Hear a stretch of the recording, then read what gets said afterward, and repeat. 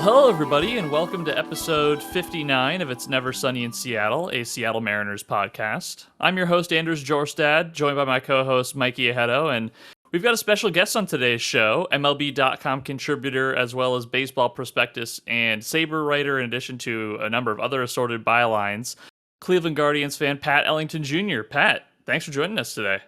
Thank you guys for having me. It's really good to be here, and really excited to talk to you guys.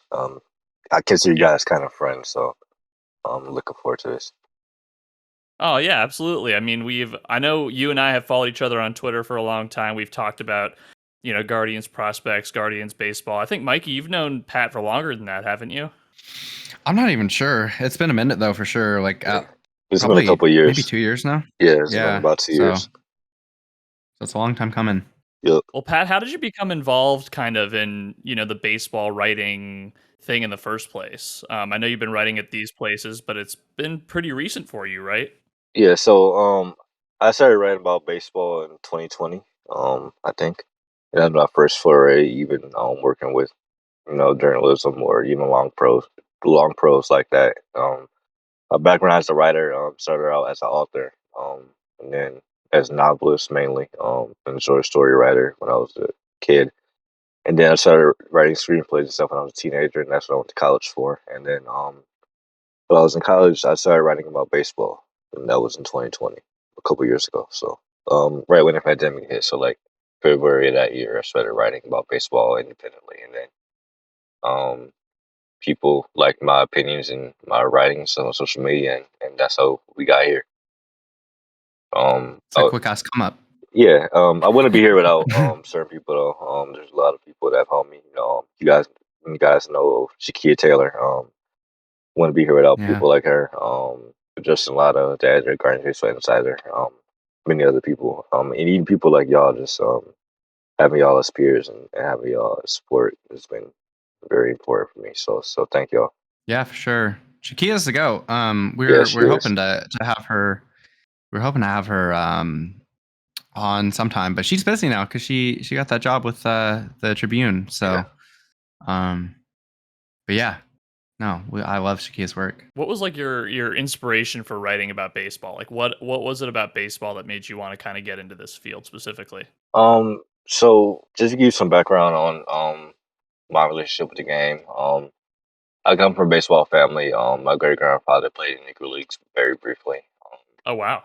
And he was actually born the same year as Larry Doby and Jackie Robinson, which was 1923. And he passed away in, I think, 2015. I was like 16, 17 years old, but he was like 93, I think. 90. Wow. No, 90. I can't remember. But um, he passed the game down to my grandmother and beloved the game down to my stories about them, about my great grandfather taking her to games at Municipal Stadium and stuff in Cleveland from when she was a kid. And to give you some background on my family, we were all from Youngstown, Ohio. So it would be like an hour drive to Cleveland. And so for my mom and for our family, we're all Guardians fans just because not just because of the proximity, but also the history that the team has with black players when it comes to guys like Larry Doby, Manny Mendoza, Satchel Paige, Toothpick Sam Jones, Quincy Trope, Frank Robinson. You think about those names, and then you include the generation of players come after them, like you got Louis Tiant Jr., James Buckhead Grant, who else? I think of some other players from the 70s, and then you got other black players from the 90s. And then you had C.T. Sabathia, and then you have Michael Brantley, Francisco Lindor, and all the other black players that have played for this franchise in this current era who have stood out. So, I mean, there's a lot of prominent history that the franchise has that kind of influenced my view, and also my mom kind of used the game to help me understand what race was in America and other things like that based on. So, and also she made me do a book report on such a page when I was like 7 or 8 years old. And my mom always kind of pushed me to writing and stuff. She recognized I like to read stuff at an early age, so that was big for me. So just bring it full circle. That's I just kind of did it because I was having writer's block with writing screenplays and stuff at the time, and yeah, and also for me watching Cleveland in the 2016 World Series, it was also happening during my which was happening during my freshman year in college, away from home in Atlanta. So it was kind of motivating me to kind of stay connected with other friends and stuff back home. But also, it was kind of the first time I ever saw Cleveland go play in a World Series in my life. So that was cool. Yeah, you talk about, all those black players that have come through Cleveland, and they've got a couple of young ones now too, with Tristan McKenzie and Will Benson on the team right now and in prominent roles. And that's one Xavier thing I Carey, noticed in Richie this. Palacios, Josh Hmm. Naylor. Oh yeah, It's yeah, a lot of. yeah.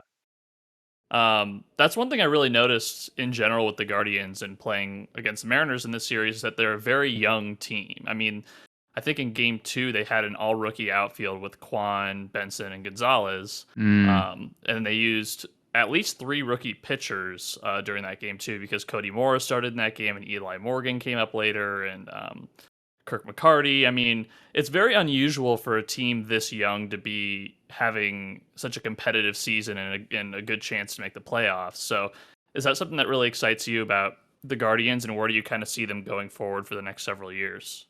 So, all three of us being prospect guys, and Anders, you also covering Cleveland and Lynchburg. You kind of know the trope. Oh, Cleveland loves young players and things like that. So, I think we're kind of seeing that play out now.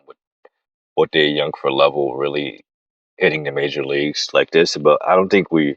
This kind of it's kind of precedent for a team to be this young for level. I think major level, but also kind of be this good, all right. But I mean, you also got to kind of look at the fact that the Twins and the White Sox kind of both having mediocre years right now. Right.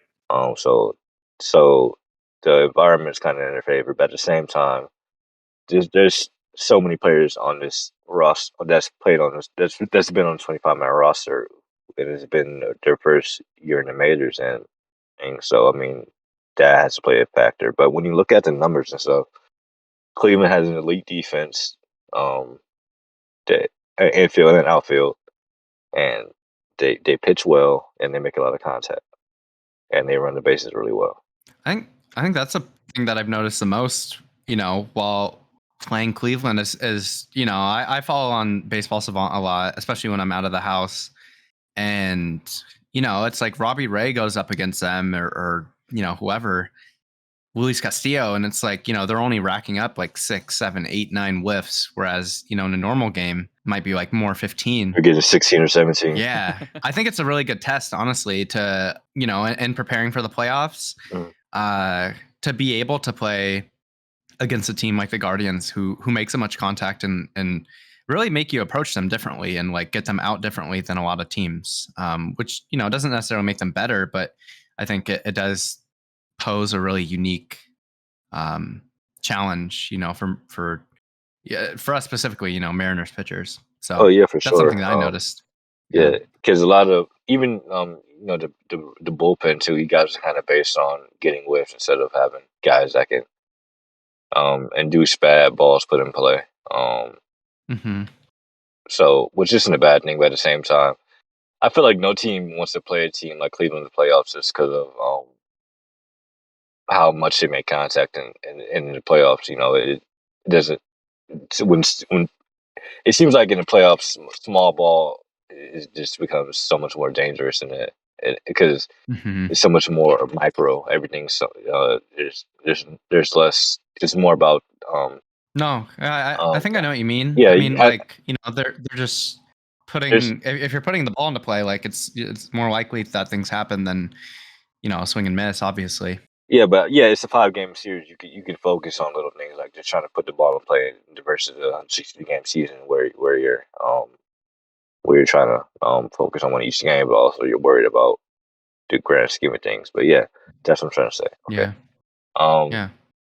So so yeah, I think with Cleveland, it's really exciting because a lot of the young players they've had have shown success this year. And I think, but one thing they got to do is manage their 25-man and 40-man roster well because they still have a lot of top prospects. And you also got to evaluate themselves really well, and then they got to make some trades and stuff too, and things like that, because they just have too much talent. What do you think at this point is the most important thing for them to address, long term? Is there a spot where you think they haven't really found their guy yet, or that you don't really see a guy where he can fill that spot? Shortstop. Mm.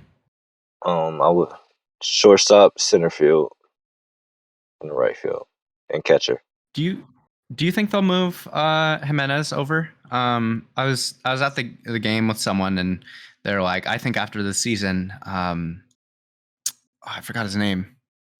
Basically, he's like, I think the shortstop's gone. The guy from the Mets. Rosario. Well, I guess they're both from the Mets. Yeah. He's like, I think Rosario's gone, and they slide Jimenez over. Do you think that is the case, or do you think they'll keep him at second? I like him a lot at second. Mm. But I think they probably would slide him over to short. Yeah. Just because Teal's kind of old school like that, and with this symbolicism of the shortstop position or whatever. But I like Rocchio and a lot of the shortstop prospects that they have, Freeman. But at the same time, they just have so many up the middle guys they got to kind of sort out and sift through. That's like the opposite problem that the Mariners have, because they have 0 up the middle prospects to speak of now, except for the guy they just drafted. Yeah. But I think at this point, Mariners fans, after playing 7 games against the Guardians in the last couple of weeks, are very familiar with the likes of Shane Bieber and Jose Ramirez, and I think Steven Kwan at this point has made quite the impression, and Jimenez has made a big impression this season too. But are there any players that you think the national baseball landscape might be sleeping on that you think are going to have a big impact on the next winning Guardians franchise? Josh Naylor is one of them. Okay. For me, you look at his profile, high contact, lots of raw power. Plays very good first base. For me, when you look at the ability, the adequate power for first baseman, but he also K's at a low level, and he's also a lefty too, so that's a bonus for him.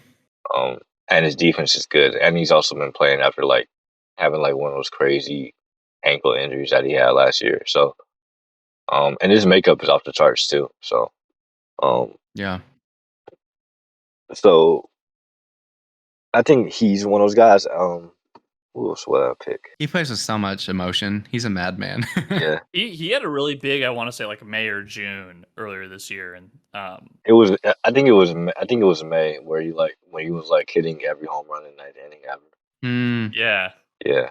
Forgot about that. Yeah. Yeah. When he destroyed the White Sox in that one game. Yeah. Man, that was amazing. That was so amazing to watch live because I knew he was going to do it too. I just felt it. After the first one, I knew he was going to hit the second home run. Oh yeah. Long term, would you say, are you afraid of any specific team in that division right now? Do you think in 2-3 years this team's gonna be really hard to keep up with? Probably the Twins. Just because they're so similar to Cleveland. They have a lot of organizational DNA. They're not as good at developing pitching, but they're a lot better at developing hitters. And they actually spend money. Yeah. Right. Yeah, that's the White Sox are just the White Sox. They have the core, but they're just too inept. They don't fear me. They don't move me. They're just. I think Tony La Russa's a big problem there. Obviously, it's Rick Hahn and Reinsdorf too. It's just that organization is I don't know what to describe them as. I think inept was good. Yeah. No, I was trying to give him a funny metaphor, media reference, but that's came to mind. Yeah. No. Yeah. And I thought the Twins were toast as recently as I don't know, even maybe last year. But they've done a lot to shore up. Obviously, the rotation. They have Correa now, and I think their bullpen's really popped up too. So I don't know. I guess. Oh, and they have Gary Sanchez. I forgot about that. Yeah. Well. But yeah, they've really proven me wrong. Yeah, and actually, we were wondering, just in terms of obviously players that I think we spend a lot of time talking about players that we do like.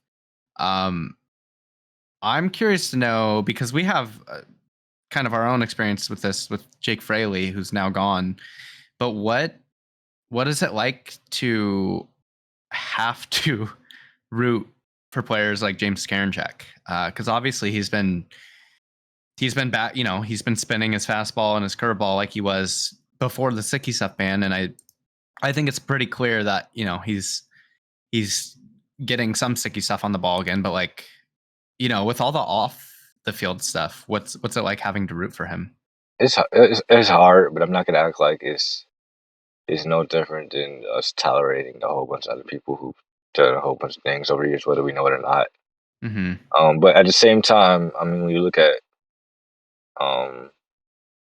like it could be worse. I would say, like, I mean, to me, as long as like, I mean, you hear the dog whistles and whatnot, and that's cool. But at the same time, it's fine with me as long as he isn't real overt with it. Like if he goes Mm-hmm. to that point, I mean, where I feel I don't feel threatened, and that's cool with me right now. So Yeah. like, I mean, I'll say what I mean, what he's into doesn't move me because I mean, just look at the owners of the team. They donate to political campaigns every year. Yeah. So I mean, yeah. I guess it's just a little more because I think you're right. Really, in the end, like the impact and everything is the same. I think it's just more overt and like he just kind of looks like the kind of player or the kind of person he is off the field. Oh no, for sure. Um, Like, I mean, you know. yeah, but it's like as long as he isn't like on a fully fledged BS. I mean, it is what it is. I can Yeah. tolerate it. Like, it's tolerable. Right. Like, I mean, Yeah. it's tolerable. So I mean, more Right. power to him. Yeah. Well, I'm glad to hear that. Yeah, I don't know. And mind you, I understand because y'all know me. I'm pretty radical. So I mean, I kind of get it. Sticking out in this space, how I do. So it's nothing to give other folks grace, Yeah. especially when they don't know any better. So yeah. Yeah. I know you were at the Mariners Guardians game. Was it yesterday, right? Yes.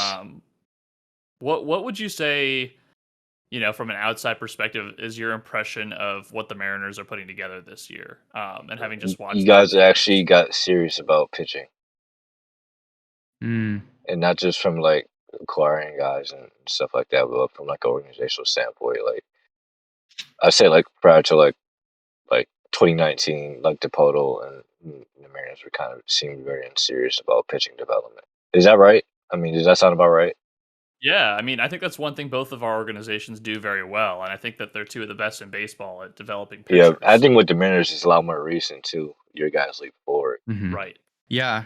I think for prospects, I think we really just learned about it, in terms of their ability, I guess more so the programming in 2019, because Saris, would kind of report back from going to Modesto and getting an inside look at, I think from Logan Gilbert, the things that they were doing. And he was really impressed. So I think that was the first time that we were like, oh, like they are targeting, good types of players. And also they seem to be doing the right things with development. I think recently, the past year, especially, I think we're really starting to see Andres Munoz, Matt Brash, Gilbert, Kirby. So I think we're finally starting to kind of, see the fruits of their labor. I think one thing a lot of people forget with pitching development is that pitchers are kind of to be kind of very very bad in the majors for their first 100 innings or so. Mm-hmm. Like that's usually how it goes. I mean, and I think with the marriage it's kind of cool to see how fast the leap forward happens, and Mm-hmm. also kind of see um you guys really take it and run with it, and actually take even more leaps forward too in response by building on everything. And it's really and it'll be interesting to see how you guys move forward because it seems like you guys got a backpedal now on the position player side. When it seems like you guys had that sorted out. So Mm-hmm. so Yeah. that'll be interesting to see. What are your impressions, of because a lot of the reason why we had you on is because they've been playing the Guardians so damn much in the past 2 weeks. Like, what are your kind of impressions in terms of the two matching up? Like, are they a team that you're worried about in the playoffs in a 3-game wild card series as opposed to any of the other teams? So me personally, I wasn't really expecting the Guardians to go to the playoffs this year, but I was expecting them to beat anyone. So what they do, I mean, if they go to playoffs, I mean, I'm content with that. I mean, I also really Mm-hmm. understand baseball as a crapshoot, so I don't Mm-hmm. really, people like us don't really, we're weird. We don't really care. We're just happy to see playoff baseball and happy to see our teams play playoff baseball. But Mm-hmm. at the same time, um, I really feel like if Cleveland's in the playoffs, they'd be one of the worst teams in the playoffs. Mm. So I think I'd be kind of worried playing anybody either way, just off BP. Plus, with just how young the team is, but at the same Yeah. time, that's an advantage in the sense like most of those dudes on the team are like a third of that team is my age, probably. Yeah. Yeah. And They only have 2 guys over 30, which is the backup catcher Luke whoa. Maley and then middle Brian reliever Shaw, Brian Shaw. shout out Yeah. Brian Shaw, Cleveland legend Brian Shaw. Yeah. He deserves a sandwich named after him, like a corned beef sandwich or something, because he's just consistent. But that is Shit. definitely a good thing to have like such a young squad when you consider, the trajectory is likely upwards from here, right? Oh yeah, Like for you're sure. probably pretty excited for the next few But it's years. not even that; they still got other pieces to add from the farm system too. So Been obviously like what did I write about? It was actually my first piece at BP last year in August, so about almost exactly a year ago. I've been really, really pleased to see Tristan McKenzie popping off because I think he's definitely top 5 favorite player for me. I love watching him pitch. When he's on, he is so exciting to watch. Yeah, no, he's the man. yeah, I really so I really love black pitchers are important to me. Growing up in Northeast Mm-hmm. Ohio, watching CC, and him carrying Satchel Paige's legacy and whatnot, everything like that he did Yeah, was big for me and how I see the game, and things like that. You know, and seeing Tristan kind of follow our legacy is really it really makes me happy in a way I really can't describe or elaborate on. yeah, Because he does it willingly, and and also is how much he's stepping into the community, stuff like that. It makes me happy. So because he sees what I see, and I can kind of deduce from one a similar wavelength just based on how he carries himself and what he says. So that being said, with Tristan, he's just a really good pitcher. At the same time, feels safe to say he's your favorite current Cleveland player. yeah, I don't know. Yeah, I really like Josh Naylor. yeah. It's him and Bieber for me.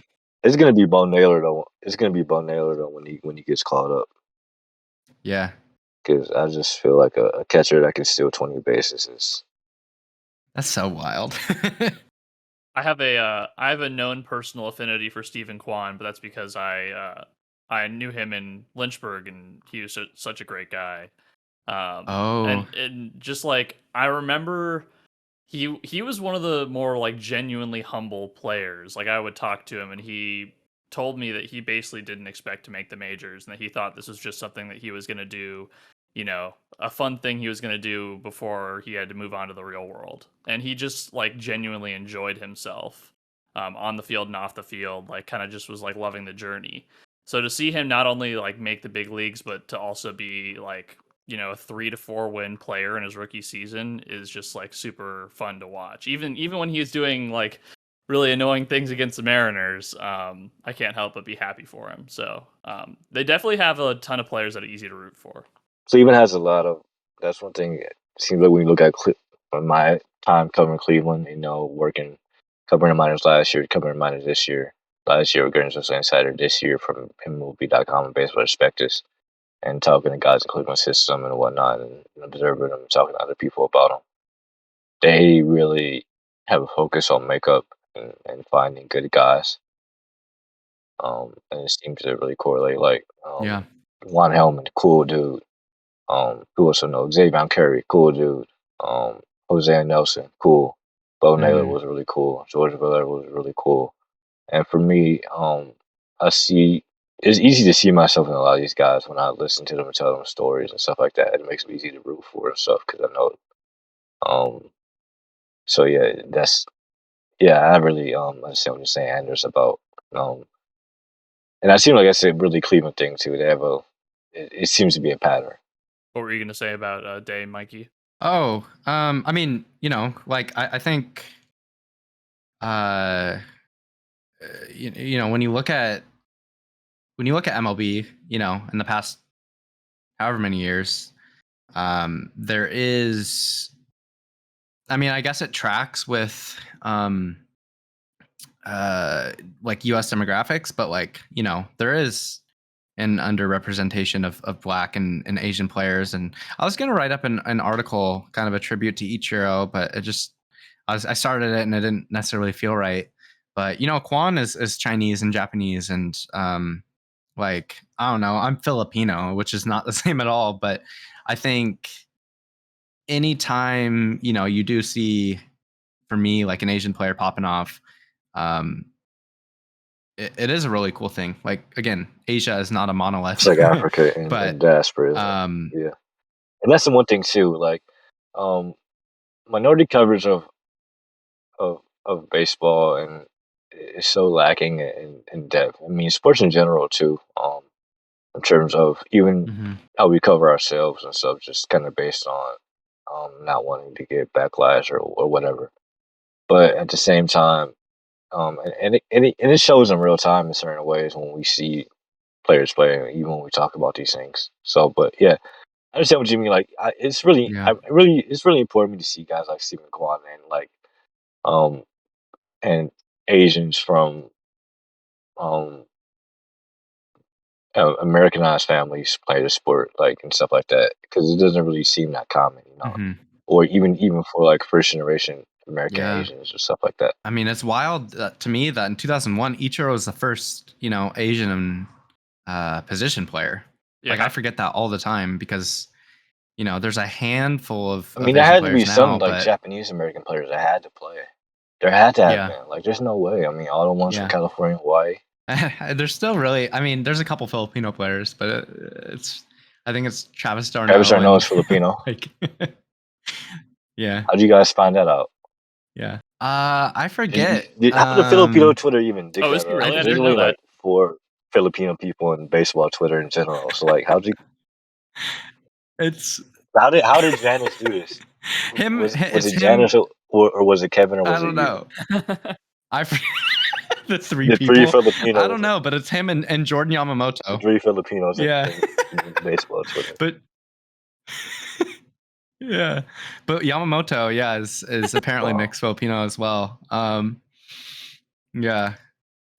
So I don't know. We like Tim Lincecum is the most white passing What? Filipino ever, but all Filipinos love. Yeah, He's Filipino? Oh, he's Filipino. oh He's my fucking god, that's Filipino. Yeah, crazy. Wow. I yeah, didn't know that That wasn't either. me when I found out yeah. Jordan Jordan Jordan Hicks was black or Jack Flaherty. Yeah. Sometimes it's it's not apparent. Yeah, definitely for sure. Those phenotypes, man. But Yeah, what was I gonna say? I forget what I was gonna say. but Oh yeah, yeah. that was like me when I found out Fernando Rodney is of American descent. Okay, here's the history lesson. So you guys know when Haiti freed itself from colonialization or whatever in 1803. Um, so from Uh-huh. that point forward, it saw itself as a place of refuge for slaves from other places in the Americas. Um, there's a group of people in the Dominican Republic called Saman Americans. They are Dominicans who are of Black American descent, who are the descendants of Black American slaves who escaped to Hispaniola, and Mm-hmm. Fernando Rodney's one of them. That's you got. Like they literally have like Wow. they still speak a Creole that's a mixture of Spanish and and Ebonics. They still have their black last names. Wow. They're ingrained in Dominican society, but they still see themselves as descendants of Black Americans. They still have their records and all that. Like there's thousands of them. That's crazy. Yeah, yeah, that's exactly why. Because he's of American. Wow. Yeah, like people don't know. Like Damn. and there's communities like that all throughout Latin America. Because you got to think about it. Yeah. Many people don't know that. Many people don't know that transatlantic slave trade transported more people African descent to Latin America than North America, or that they freed themselves before Mm-hmm. we got free in North America, or that they literally Right. have more of the African disintegrated in the culture than we do in ours up here and whatnot. And there's a whole bunch of stuff that you both know about when it comes to media betrayal and whatever. So yeah. Mm-hmm. But yeah, that's many people, and I love dropping that fact on people, Yeah. just because like it really just, and many people don't even know about like what Minnie Minoso or Roberto Clemente said on record too, and like many, and if they knew that, they would never go against me and how I cover Mm-hmm. the game. So I love dropping a little tidbit on people because it really puts a lot of things into perspective, and it really shows how interconnected Black history is, like across the diaspora too. So yeah, but that's really cool to me, and Yeah. it makes me and that really makes me happy. I'm actually gonna do Twitter. I should do a Twitter thread about that. Yeah.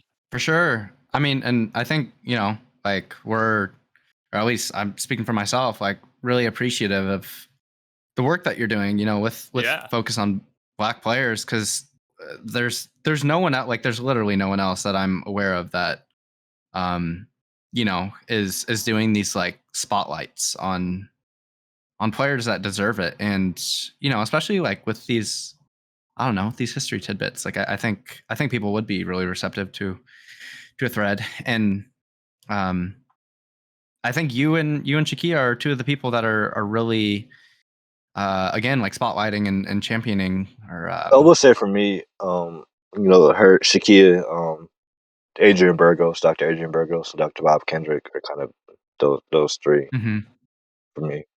Um, mm-hmm, yeah, Bradford William Davis too. Shout out to him. yeah. And I was gonna say specifically with like Minoso,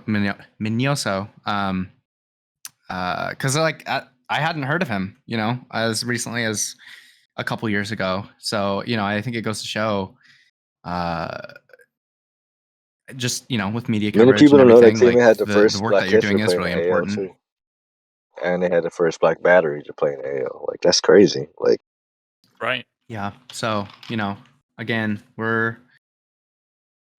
we love to see it. We love to see Pat shining. Because we were talking about pre pod. It was only a year, 2 years ago that Pat wasn't at MLB. Pat wasn't at Baseball Pro or Saber. no, and So it's nah. Thank you guys for having me. It's kind of crazy being in this position, and having the craft and everything be as good to me as it's been. I'm really grateful to be here. Because yeah, sometimes I feel really uncomfortable being here, and I feel like I'm not cut out for this, or maybe I shouldn't be here, or I'm just taking a space that should be for somebody else.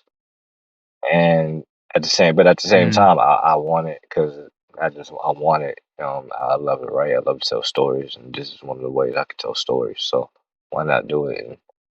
Um, and, and it's just been enjoying the journey, enjoying the ride and stuff. It's this trajectory I've been on has been crazy. So Hell yeah. and it's just really unexpected. So I'm yeah, just trying to take it day by day. for sure. You can find me on Twitter at tangible_uno. You can find my online portfolio clippings.me/tangible_uno. No problem. Let's hope that'll be really entertaining. But thank you guys for having me, Anders and Mike. It's really good to be here. Really excited to talk to you guys, and I'm really happy to have this conversation. Awesome. Well, once again, we appreciate you coming on, and hopefully we'll be able to talk to you a little bit later if the Mariners and Guardians match up in a playoff series. But Yeah, for sure. No problem. Thank you guys for having me. absolutely. Well, We're going to take a quick break. When Mikey and I come back, we'll dive into some of the questions and some recent Mariners stuff. All right, everyone, welcome back. Let's dive into some of your guys' questions because I think we've been neglecting those for the last couple episodes. So I wanted to talk about some stuff that people are really wondering right now. Let's dive into first Zach Jabal's question from Discord. He wants to know, is there anyone not on the 28-man roster right now who you think could be a factor in both the September run and also here in the playoffs, Mikey? So who would you kind of pick out of the crew? There's a number of, I think, candidates.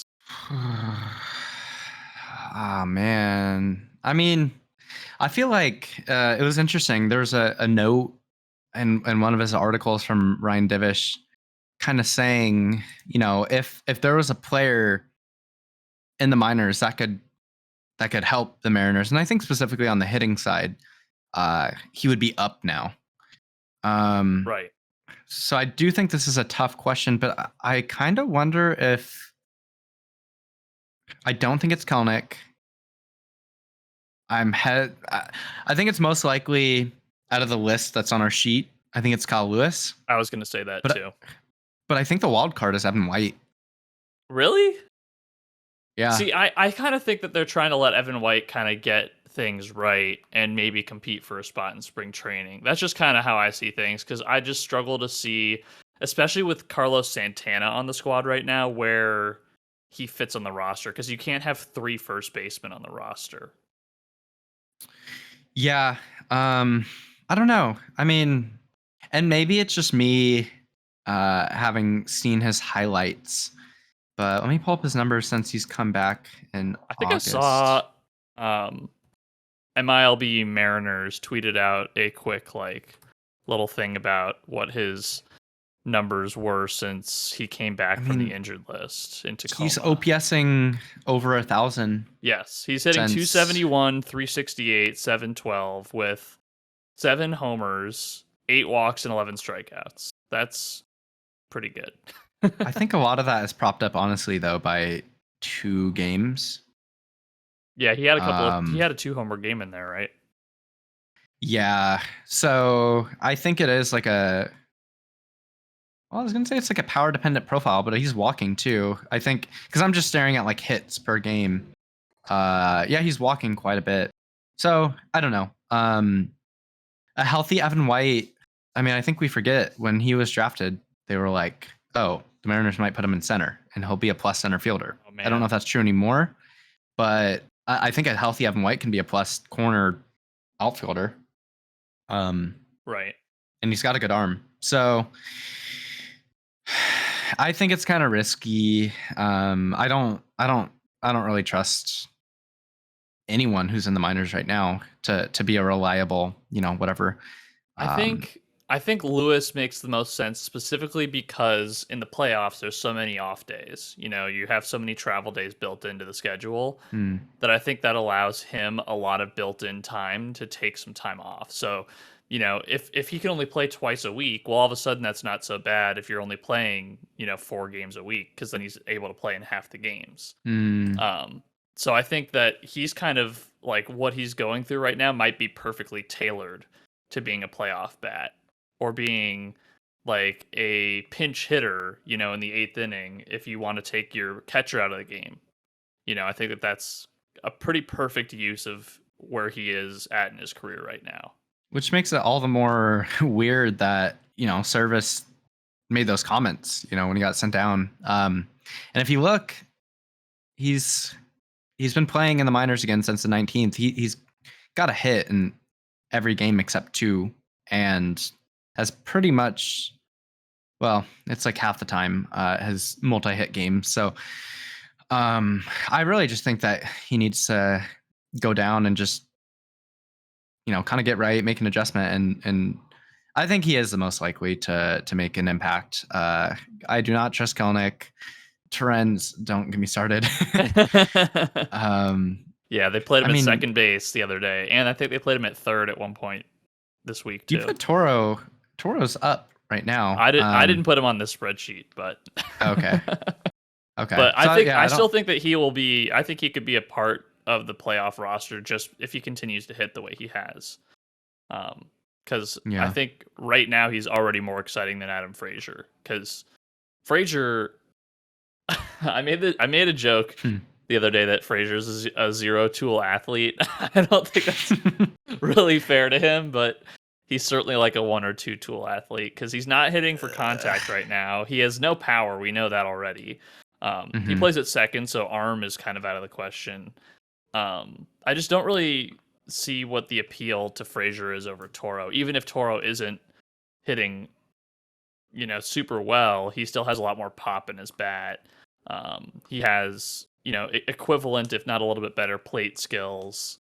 So I think that there is certainly a spot for Toro on a playoff roster, but I don't know if they would Yeah. rid Frazier of his spot there. Well, I don't know. Toro said the time in Tacoma was helpful for his mental and making adjustments at the plate.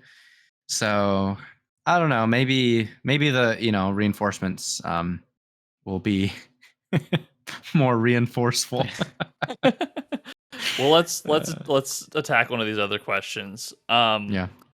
Another question from Zach was: is it maybe preferable to be the wild card 3 and avoid the Astros until the ALCS at the earliest? Now, with the new playoff structure, there's a lot of like gaming, I think, of what spot you want. And this is one reason why I wish they had made it so that the top teams get to pick their opponents, because this way there's always, no matter what, there is an incentive to play well and to get as good of a Mm. spot as you possibly can, because there's no like, oh well, let's just lose this series to the A's because now we can play the White Sox instead of the Rays or whatever. I think my preference in terms of teams to play, I kind of struggle to think of teams I want to avoid specifically. I think the Astros are the only team I really don't want to play in the playoffs. I think everyone else, the Mariners, have shown the capacity to beat. So Mm. I think maybe the second team I'd be afraid of is the Blue Jays, because I still think there's something untapped there. Even though the Mariners played well against them, I think that the Blue Jays are a much more talented team than their record shows and that they've played so far. I think I'd much rather play, one of the Central teams or the Rays. What about you, Mikey?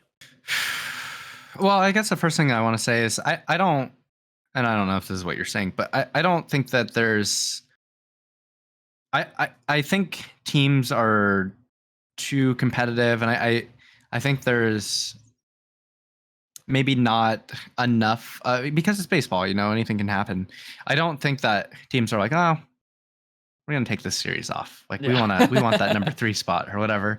I think really what you're scared of is the best hitting teams. And I think that's the Blue Jays. I mean, they're probably a top 5 offense. So I don't really know, honestly, who I'd prefer to be matched up against, but I do think that the Blue Jays are the scariest matchup in terms of hitting, and obviously the Astros have the best blend of we do everything well. That makes it, hard for the Mariners to match up against, but their team is the Mariners, that is set up for a 3 and 5 game series, I think. Yeah, for sure. I mean, they have the pitching for it. Yeah. Yeah. So, I mean, it's kind of fun to even be talking about this in the first place, right? Like, as we speak right now, this is before the last game of the Guardian series, and the Mariners have a 98.9% chance of making the playoffs, according to Fangraphs, which is pretty freaking, like, incredible and also hard to wrap your brain around. I know, Mikey, this has been something that you've, like, struggled to wrap your mind around. When you consider the Mariners are only, like, 3.5 games up of not being in a playoff spot at all. Mm-hmm. So it's kind of hard to like really, I think, comprehend those odds when you look at the standings. But the way things are shaking out right now, it really looks like a 4-team race for 3 spots, right? So you have the Blue Jays, the Mariners, the Rays, then the Orioles are the first team out. And it really seems like it's just going to be some combination of those 4 teams for the 3 spots, because the Twins have lost 5 in a row at the time that we're speaking, and the White Sox are struggling. So it really looks like the 3 Central teams are just going to be duking it out for the division and nothing else. So it kind of seems like if the Orioles make it in, it's who do they knock out, and that's kind of what accounts for those odds. But I mean, I'm getting kind of nervous about the Orioles. I mean, even in spite of what the odds say, I think the Orioles are just like they've got some sort of uh, baseball magic around their team in a way that's kind of like the Mariners had last year. I think Fangraphs wrote an article about that. Like why are their odds so low when they're a game behind the Blue Jays and only a handful behind the Rays and Mariners. I think it's mainly that the projections don't like how they're gonna finish the season. Like, I think they're the only team with the Guardians in the top, I don't know, top half of teams, whatever, that are projected to lose more games than they win. Like they're kind of projected to finish out like the Cubs or the Royals or the Red. Like they're not projected to do well, which I think is probably not right. Like I think they'll probably perform better than that. Projections are very notorious for not being able to catch, the small sample kind of things. They just called up Gunnar Henderson, Yeah. Rutschman has been insane. So yeah, I think I would like to see them make it. I would too. It's just hard to be like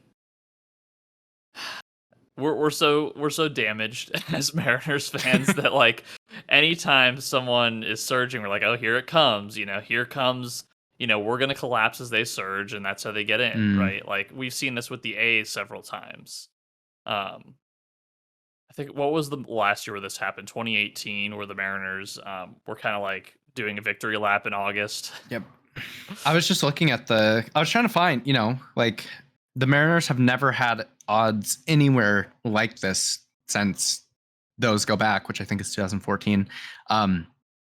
2018 was the closest. We're in like early July. They were in like 86% playoff odds.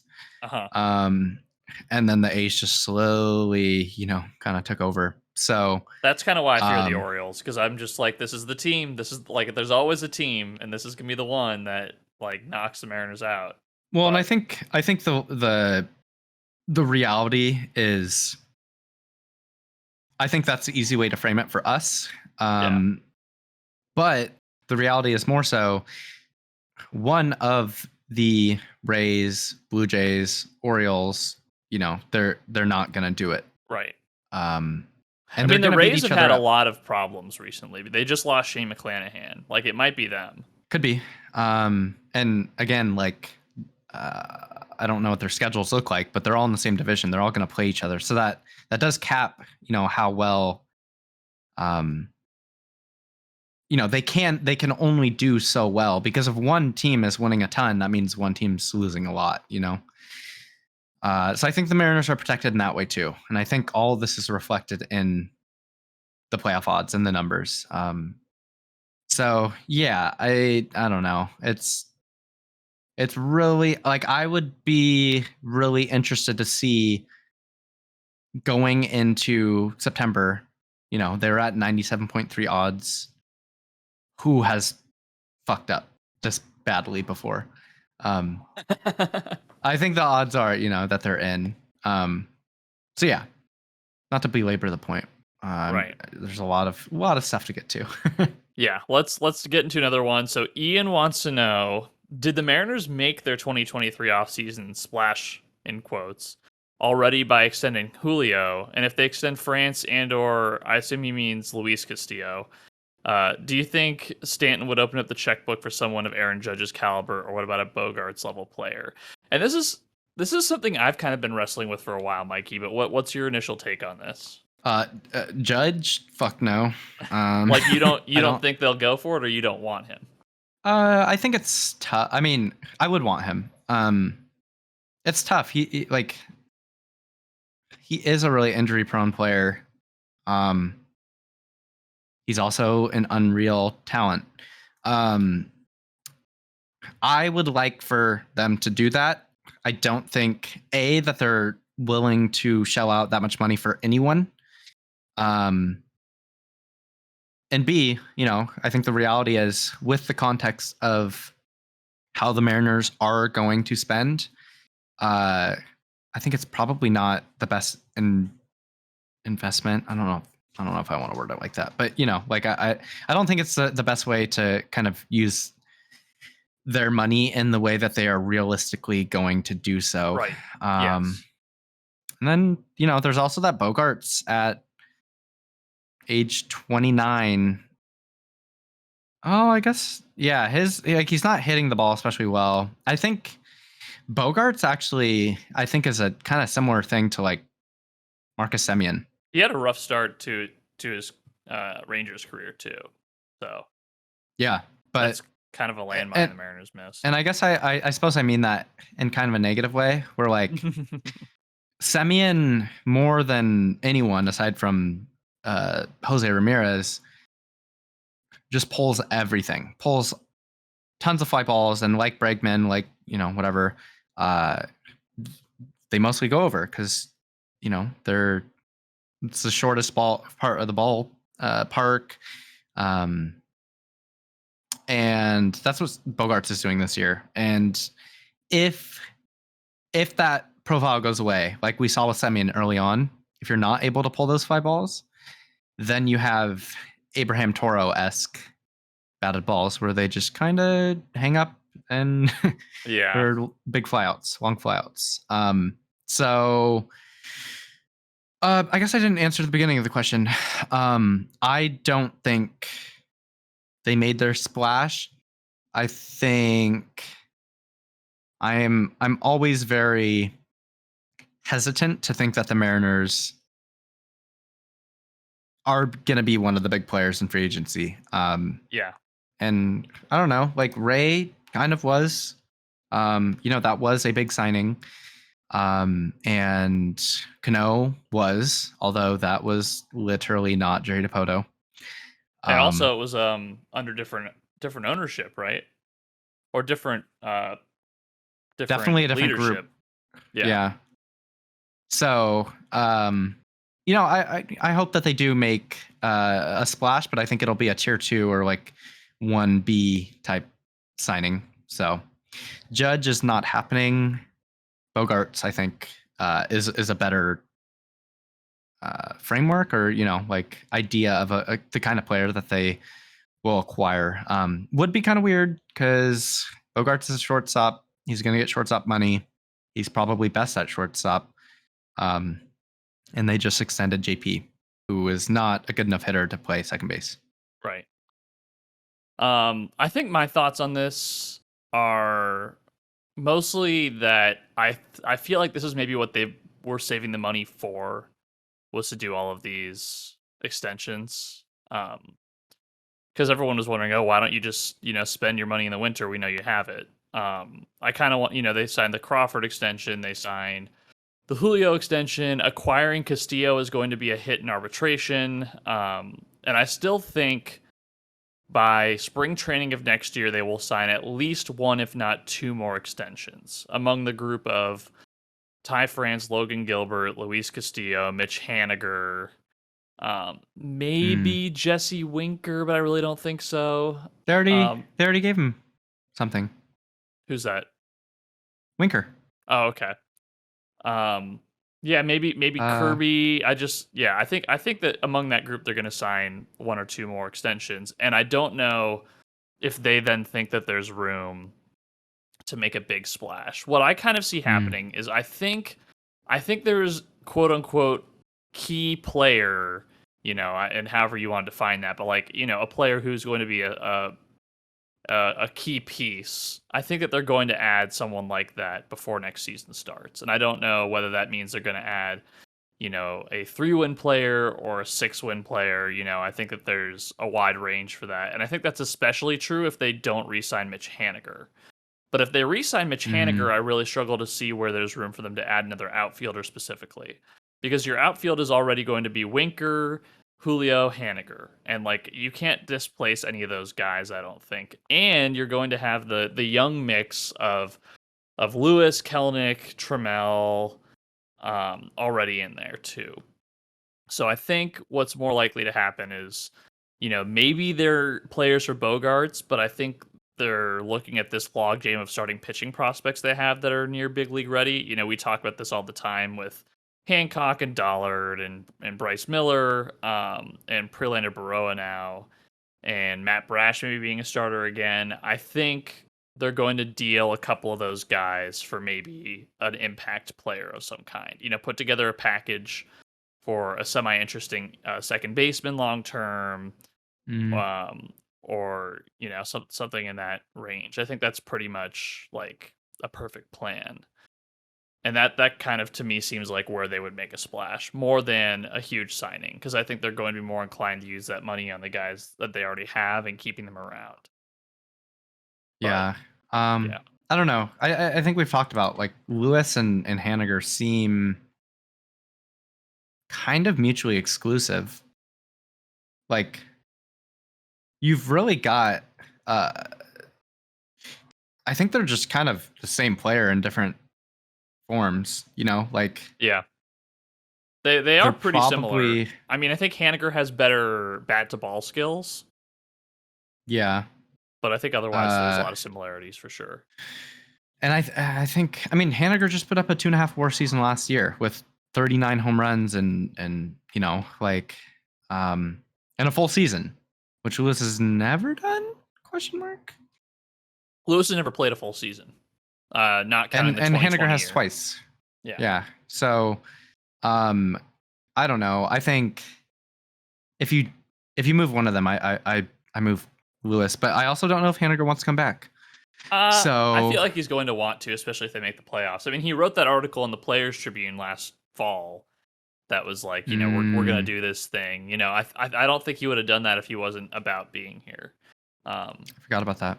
Yeah. So I think they're going to sign an extension for him for like a 3 or 2 and some options, or it'll probably be a very complicated contract, but I think that they're going to keep him around for the next couple of years at least. And then if they do, I wonder what they do with all those outfielders. I still think Kelenic is maybe gone. I hope he's not, but I feel like the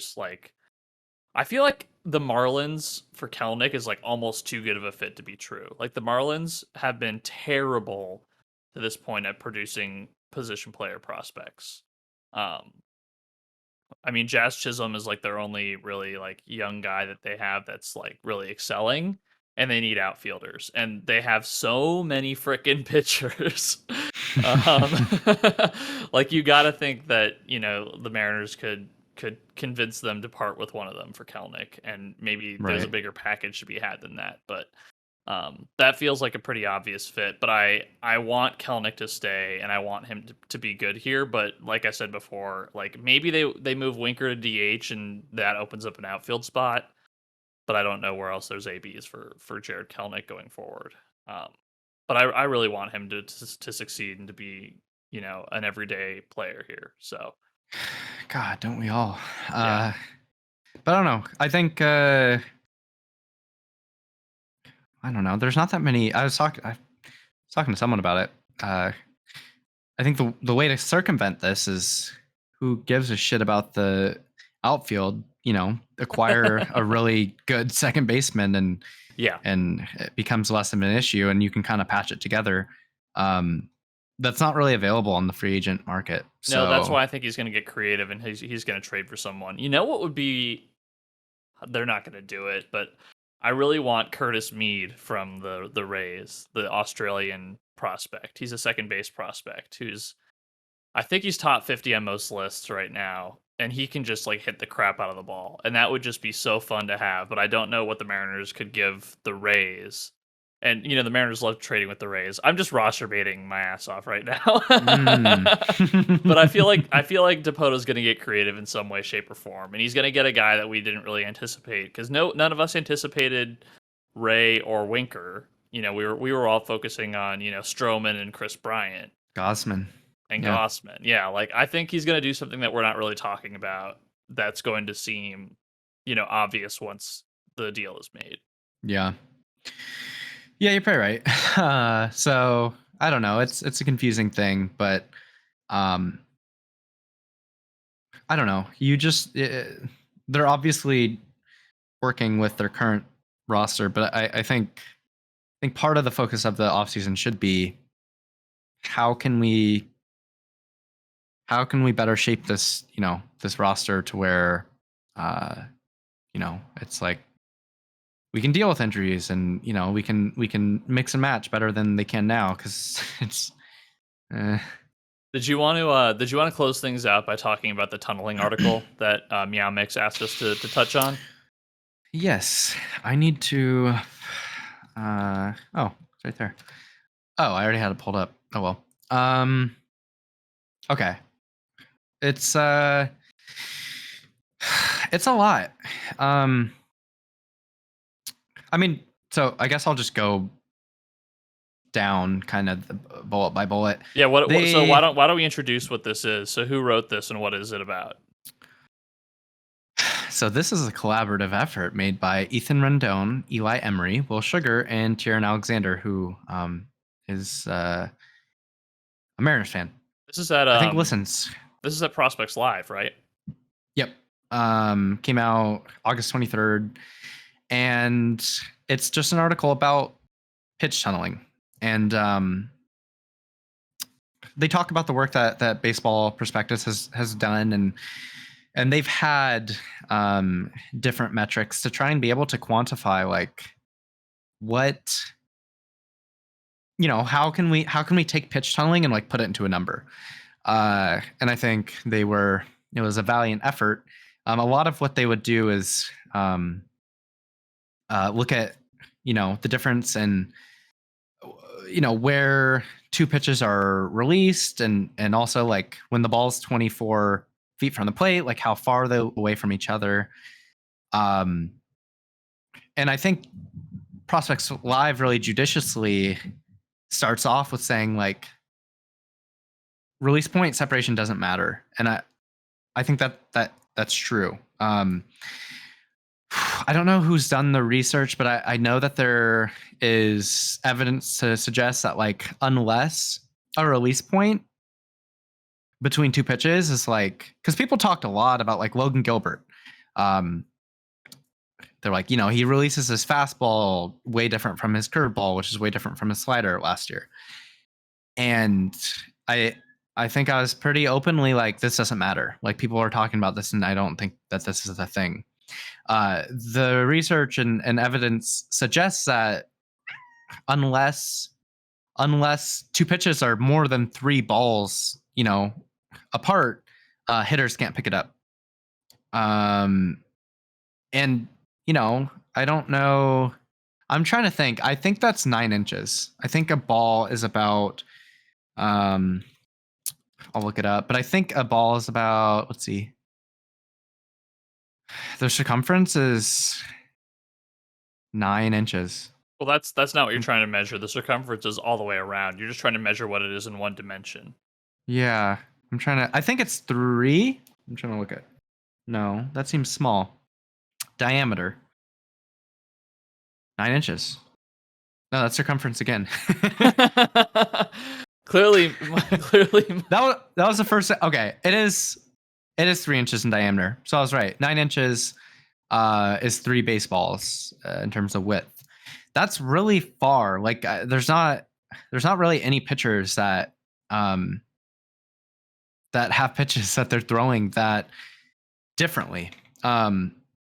Because when I write about changes in arm slot, a lot of the time I'm writing about 1, 2, 3 inches and change, which creates really big differences on the shape of the pitch. So pitchers just don't do this. So it really doesn't matter Um, in terms of pitch separation, I think what matters is like what hitters pick up on is like arm speed or like these little things with idiosyncrasies, where pitchers will like squeeze their glove a bunch before they're throwing their slider, not their fastball, whatever. So what the article is looking at is like, what does matter when it comes to pitch tunneling.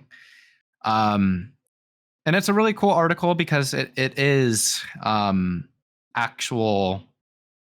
They're trying to find the optimal ranges for like with different pitches, how much horizontal pitch separation do you want in terms of like how much your slider is sweeping off of your fastball that's running, and they found optimal, horizontal break separation, induced vertical break separation, so IVB, and then also pitch speed. And so I think they do a really good job of that. I think they do a great job of teasing out like it's not the same for every pitch. And I think, again, they very judiciously, when they talk about changeups, they talk about, it's not necessarily the the pitch traits that matter so much. It's can you command the changeup, which I think is true. I think part of what they're not picking up on here is that I think what the public doesn't really understand for a lot of these pitches is like seam shifted wake. And really what that is, and I've been kind of screaming this into the void since I wrote my seam shifted wake article at BP, is that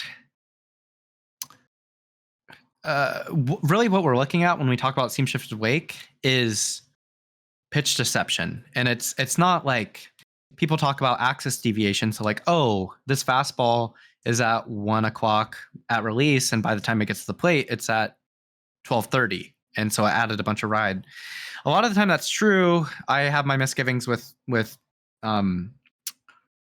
axis deviation. Really, I think what we're looking at is what are pitchers expecting based on spin, based on release, and how is by the time the pitch gets to the plate, how is it different? And so I think that's one thing that the article doesn't get at, and I think that's because it's hard. You have to have a model that looks at like essentially what you're looking for is like a Magnus model that looks at how do we expect the pitch to move based on active spin, velo, arm slot, whatever, and how does that actually move? And that picks up on the non-Magnus movement, which is usually, seam shifted wake. Is there anything so far that you have? Because this is a monologue.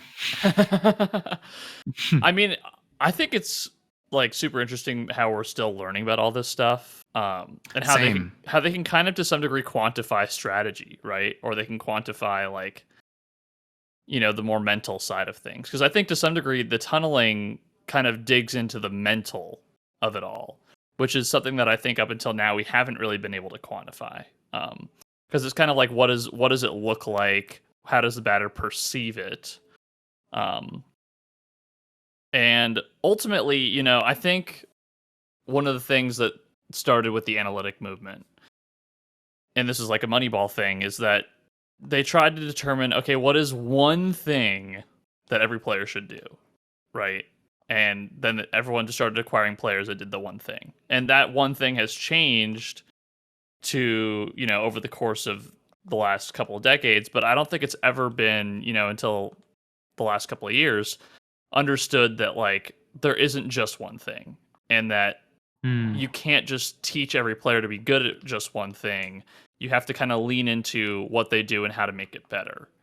And I think that's one thing that, this article and pitching in general has kind of tackled is, it's not just throw super hard or throw a slider that moves really well. It's, there are different traits that you can amplify that will make you a more effective pitcher. You know, like Penn Murphy and Paul Sewald, they're good in a different way than Matt Brash is good.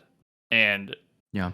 in that way, it's kind of hard to compare them, but like they're all very good relievers, but the way they go about it is different. And you couldn't teach Sewald to do what Brash does, and you couldn't teach Brash to do what Sewald does, but that's okay, you know? Right.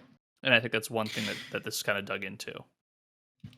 And I think one of the big concepts that I don't want to say introduced, but put forth is when you think about Matt Brash, and they do use him as an example, you have a player who throws a fastball, and also throws 2 breaking pitches with a ton of sweep. So like, to start the year, his slider was sweeping 18 inches. It's dropped down to 14 because he's tightened it up a little bit. It's really hard because you're looking at, like, as a hitter, it's like, okay, is this a fastball? It's like a flow chart, and it's like, if no, probably don't swing. Right.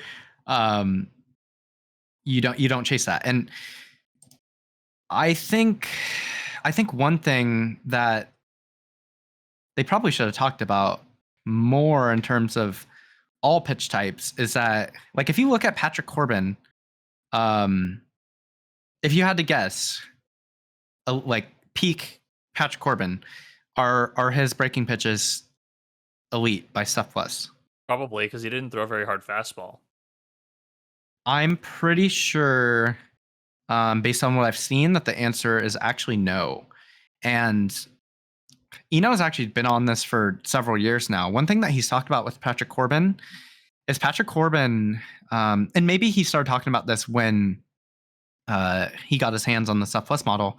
Patrick Corbin actually just really commands the breaking stuff and throws it a lot.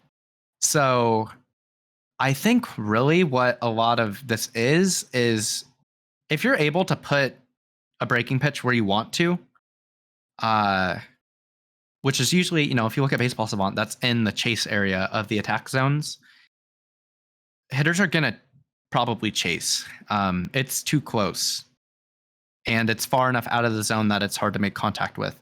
So I think what they're missing here, and I guess I should actually say, is they call it the miracle pitch, which Matt Brash has a lot of, extreme deviation in his horizontal movement from his fastball and his slider. So let's pull that up. By Baseball Savant, that's 14 inches of sweep from his sweep, or his slider, sweeper, and -9, which means arm side run, with his fastball. So that's basically 23, 24 inches of horizontal difference. That's a lot. And I think they're right in that does make it easier for hitters to lay off.